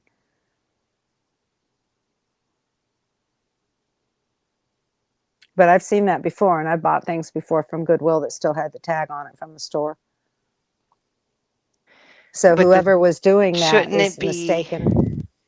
shouldn't it be less than or more than the Goodwill tag instead of No, less it'll than the probably be Goodwill? only $4 or $5. And it's because of the plastic thing in the tag, in the dress tag. They just put that plastic thing through it. They don't put a price tag on it. It's just a different color for whatever the price is. It'll be $4, $5, $7. But if it's a dress that came from, say, Walmart or Burdines or TJ Maxx, it'll still have the store tag on it if the dress has never been worn. And I look for those in Goodwill because I know I'm getting something that's never been worn. It's like buying something brand new for $5. I shop Goodwill a lot. Yeah, I haven't shopped Goodwill a lot. I've shopped like Yeah. thrift stores though. Yeah, but this girl, But I haven't shopped Goodwill. yeah, this person was mistaken. She was looking at the sale tag that was still attached to the dress. And the stuff that I just turned into Goodwill still had the price tags on it from my mom's shop. And they'll Oh, leave that on because it has the yardage and the selvage and, the fabric type. they'll leave that on there, and it'll leave it on with the original price, and they'll see where it came from. They'll see it's never been used, but they'll still put that little plastic thing in it. And they'll probably put it right through the tag that my mom has on it. Cam said he just has his music playing on a 24/7 loop. That's good marketing. Free marketing too. Good marketing. Just make sure it's not copyrighted, or YouTube will nail that. And I think it's music that he's done. I think it's music you've done, right? Yeah, sometimes they go after people who do their own music too. Well, guys, it's been over 2 hours. 2 hours and 10 minutes. Creeping up on midnight.